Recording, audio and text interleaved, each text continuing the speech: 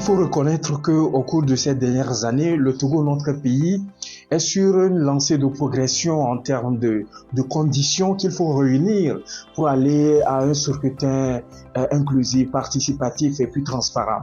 Vous savez, les élections législatives et régionales qui ont eu lieu le 29 avril dernier est une célébration de la démocratie togolaise parce que les autorités publics en place dans notre pays ont su jouer leur partition. En amont, vous savez qu'un certain nombre de mesures ont été prises pour que les conditions adéquates soient réunies pour qu'on ait un scrutin, non seulement un scrutin transparent, mais un scrutin participatif et inclusif. Vous savez que le gouvernement a mis en place ce qu'on peut appeler le cadre permanent et de concertation. Donc le cadre permanent de concertation est un mécanisme qui permettait à ce que l'ensemble des acteurs politiques de notre pays puissent mettre sur la table donc un certain nombre de préoccupations liées donc à l'organisation des élections législatives et régionales. Et dans la foulée, vous savez que les différentes préoccupations des acteurs politiques ont été transformées en des recommandations donc qui ont été soumises au gouvernement. Et à son tour, le gouvernement a fait en sorte que ces différentes recommandations ont été transformées en ce qu'on peut appeler des modifications qui ont été apportées donc à la loi électorale. Donc en amont, je pense qu'il y a un certain nombre de mesures qui ont été prises pour permettre à ce que nous puissions aller à des élections législatives et régionales inclusives, participatives et transparentes. Alors au-delà, vous savez que depuis un certain temps déjà, nous avons opté pour une forme de commission électorale nationale indépendante. Donc aujourd'hui, que ce soit au niveau de la commission électorale nationale indépendante, au niveau des commissions électorales locales indépendantes, au niveau des bureaux, au niveau des centres de vote, au niveau des bureaux de vote également, nous avons une certaine représentativité diversifiée de l'ensemble des acteurs. Donc vous retrouverez au sein de ces différentes instances qui est chargée donc de l'organisation donc des élections dans notre pays, non seulement la majorité parlementaire, donc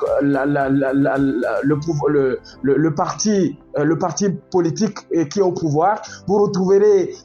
comment l'appelle-t-on, les représentants donc de l'opposition parlementaire, vous retrouverez également les représentants donc de l'opposition extra-parlementaire, les représentants de l'administration, mais également les représentants donc de la société civile. Donc c'est pour vous dire qu'en amont également, il y a un certain nombre de mesures qui ont été adoptées par les plus hautes autorités de notre pays sous le leadership du président de la République pour faire en sorte que les acteurs puissent être rassurés par rapport aux différentes conditions qui sont exigées en termes de transparence, en termes d'inclusion, en termes de participation, mais également en termes de vérité des urnes. Au-delà, vous savez, je pense qu'il faut reconnaître que, contrairement à ce que nous avons vu en 2018, où les gens ont promis qu'il y aura du feu et de la flamme par rapport à un certain nombre de revendications qu'ils avaient, des revendications politiques. Donc, nous avons connu un jour de scrutin assez crispé, un jour de scrutin où l'atmosphère était un peu mouvementée parce qu'il y avait une certaine peur au niveau au sein donc de la population. Mais cette année, contrairement à ce que nous avons pu voir en 2018, mais également parce qu'au-delà de ça, nous avons organisé les élections présidentielles de 2020, mais l'élection de 2024 véritablement marque une certaine maturité politique donc des différents acteurs donc qui animent la scène politique de notre pays, mais également un esprit patriotique et citoyen. Donc on a pu donc vivre un scrutin apaisé, un scrutin transparent véritablement, parce que avec les différents représentants des formations politiques dans les différentes instances qui sont chargés donc de l'organisation de ces élections-là, mais également avec une certaine, je dirais une certaine facilité donc dans la conduite donc de la campagne électorale, où les différents acteurs politiques ont été vraiment libres sur le terrain pour aller à la conquête donc de l'électorat. Et au-delà, vous savez que le gouvernement a décidé également d'apporter ce qu'on appelle le financement public donc à la campagne électorale. Donc un budget de 650 millions ont été donc octroyés donc aux différentes formations politiques avec un certain nombre de modalités donc de répartition entre les différentes listes électorales. Donc de façon globale, je pense que nous avons assisté à un scrutin apaisé, à un scrutin libre véritablement, un scrutin qui marque une certaine maturité politique, également le renforcement de la démocratie et de l'état de droit. Parce qu'au regard de ce qu'on peut dire avec les différentes observations électorales qui ont eu lieu dans notre pays, que ce soit les observations nationales, notamment un certain nombre d'organisations nationales comme le CACID, comme Nouveau Droit de l'Homme, nous avons également les observations internationales comme celle de l'Union européenne, nous avons également celle de la CEDEAO, autant pour moi. Toutes ces observations donc conviennent à dire que nous sommes allés à un scrutin libre véritablement et que tout s'est déroulé dans de bonnes conditions. Vous savez que l'œuvre humaine étant perfectible, il peut y avoir des petits il peut y avoir des petits problèmes qu'on a pu constater par ici et par là, mais de façon globale, tout s'est déroulé dans de bonnes conditions. Je pense que c'est le lieu de féliciter non seulement le gouvernement qui a su mettre en œuvre un certain nombre de conditions, qui a su réunir les conditions adéquates pour qu'on aille à un scrutin législatif et régional crédible, apaisé véritablement. Également, l'ensemble des acteurs politiques, donc les formations politiques qui ont adopté un comportement responsable, patriotique, et c'est le Togo qui en sort gagnant véritablement.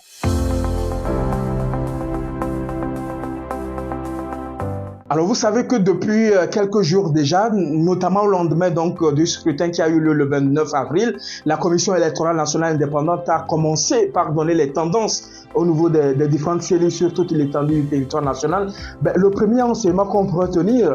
ça reste véritablement les tendances. Ce ne sont pas les résultats provisoires, mais on se rend compte que véritablement le parti au pouvoir, c'est-à-dire Union pour la République, est en passe de remporter la plus grande partie des sièges en jeu, que ce soit pour les législatives ou pour les régionales. Le deuxième enseignement qu'on pourra tenir, c'est que vous avez, contrairement au passé, vous avez des partis, qu'on peut dire, des partis de l'opposition traditionnelle, notamment l'ANC, la DMP, tout ça là, tous ceux qui ont appelé la population à boycotter les élections en 2018 ont fait leur retour véritablement et ont représenté les candidats dans les différentes circonscriptions électorales. Le troisième enseignement, c'est qu'on se rend compte que par rapport aux différentes tendances qui ont été données par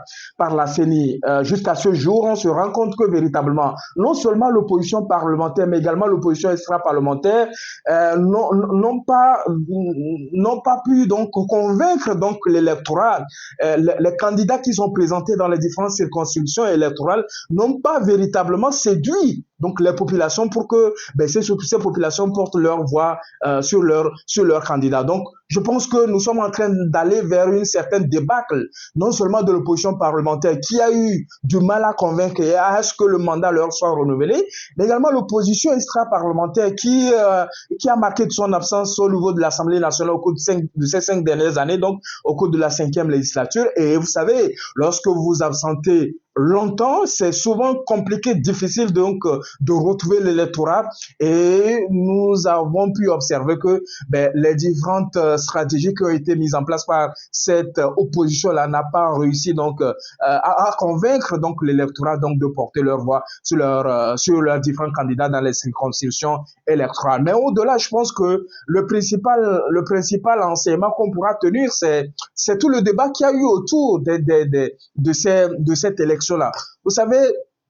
contrairement à ce que les gens peuvent penser par rapport à ces allégations de fraude, à ces allégations de bourrage d'urnes, je pense qu'il est important qu'on fasse ce qu'on appelle de la pédagogie donc au sein de la population. Vous savez, au niveau de la CENI, vous avez une représentation diversifiée des différents acteurs politiques. C'est de la même manière quand vous allez au niveau de la CELI, vous avez également une certaine représentation représentative donc des différents acteurs. Au niveau des bureaux de vote également, vous avez ce qu'on appelle les représentants donc de la majorité, comment l'appelle-t-on, parlementaire, c'est-à-dire que le parti au pouvoir, mais également les opposants. Donc ce qui est fait, c'est que le mécanisme qui a été mis en œuvre, et je pense que c'est tous ces éléments qui nous donnent donc cette force-là, de dire véritablement que il est quasiment impossible d'imaginer que au sein de ces différentes représentations donc de la CENI, que ce soit au niveau de la CENI, au niveau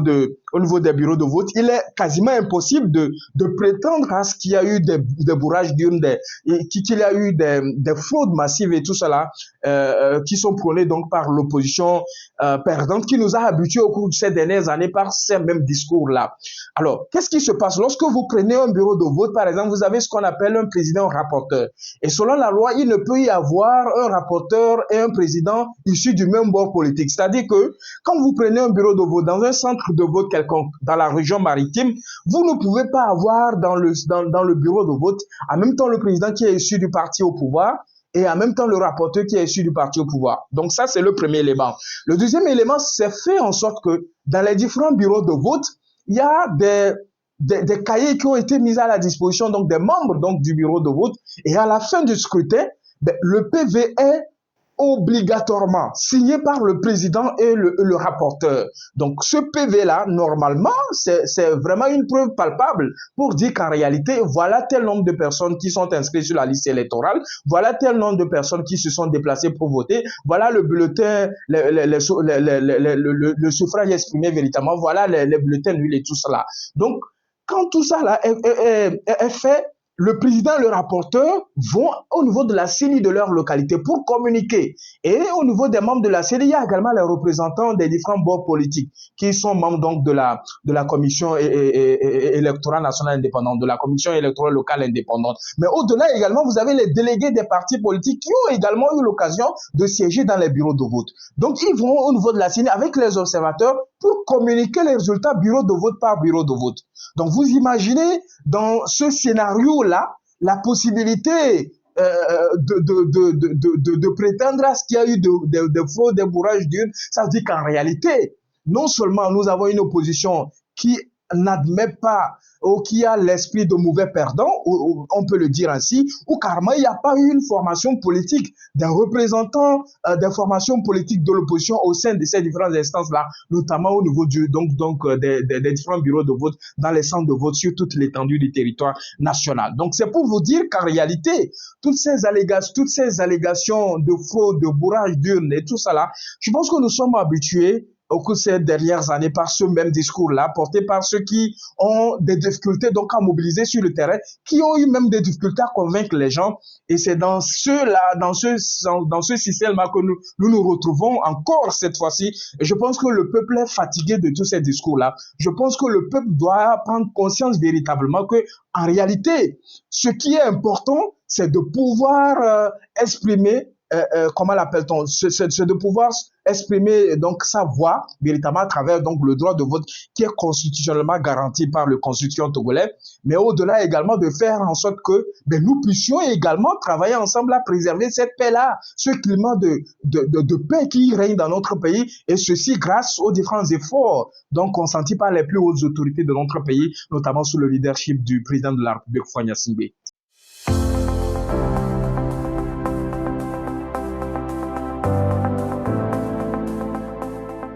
Vous savez, dans un pays démocratique comme le nôtre, je pense qu'il y a à peu près deux moyens de mécanismes d'expression populaire. Le premier élément, c'est le vote. Le vote est un droit et en même temps un devoir civique. Parce que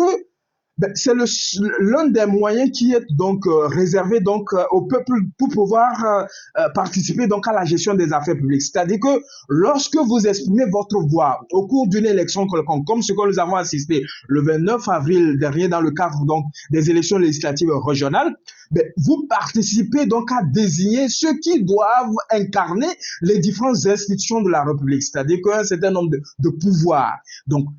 j'ai entendu beaucoup dire, par exemple, bon, nous votons toutes les années, qu'est-ce qui a changé? Est-ce que ça vaut la peine de voter alors qu'on connaît déjà les résultats? Je pense qu'il est important qu'on évite de porter de tels discours dans les conditions dans lesquelles nous nous retrouvons, parce qu'en réalité, lorsque nous n'avons pas les preuves, lorsque nous n'avons pas des éléments palpables pour soutenir les propos que nous tenons, nous versons dans la désinformation.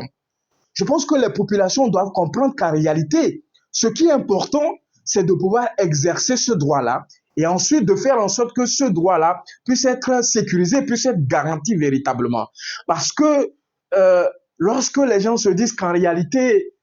lorsqu'ils se déplacent, ils ne se déplacent pas, ça ne changera absolument rien. Ben, moi, j'ai une autre question à leur poser, mais quand ils ne se déplacent pas, est-ce qu'ils pensent qu'ils peuvent arriver à obtenir ce qu'ils veulent véritablement?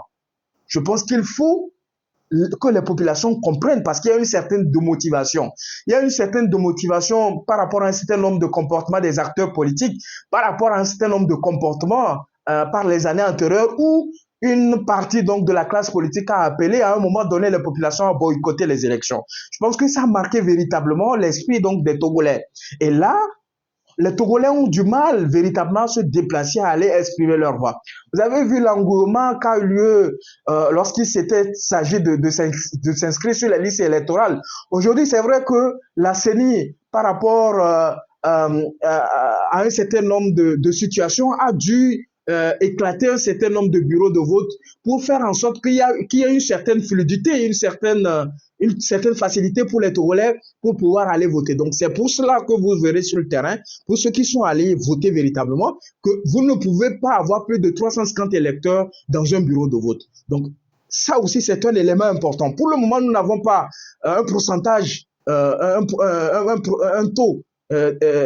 comment l'appelle-t-on, communiqué par la Commission électorale nationale indépendante en termes de participation donc des électeurs donc à cette élection. Mais je pense que il y a une certaine démotivation au sein donc de la population. Et il est important qu'on travaille à mobiliser les gens, à conscientiser les gens que c'est véritablement un des moyens qui nous garantit notre participation dans la gestion des affaires publiques. Parce qu'au-delà, l'autre moyen, c'est que si vous êtes des groupes organisés, ben vous pouvez exercer au plan local ce qu'on appelle le contrôle citoyen de l'action publique. Au plan local comme au plan national, il y a des mécanismes qui ont été développés, standardisés au plan international, qui nous permettent, lorsque nous sommes un groupe organisé, de participer véritablement, c'est-à-dire qu'au contrôle donc, de l'action publique, et en le faisant, on participe donc à la gestion donc, des affaires publiques. Le deuxième élément qu'il faudrait, en termes d'enseignement qu'il faudrait tirer, je pense que au lendemain des élections, nous avons vu un certain nombre de vidéos circuler. Nous avons vu des vidéos qui ont été montées à dessein véritablement dans un but de nuire le processus qui est en cours, dans un but de discréditer, dans un but de décrédibiliser le processus qui est en cours, alors qu'en réalité, l'ensemble des acteurs qui ont pu superviser ces élections-là, qui ont pu observer les différentes étapes, qu'on vient à dire qu'en réalité, les élections se sont déroulées dans de bonnes conditions, qui a le caractère inclusif, le caractère participatif, donc qui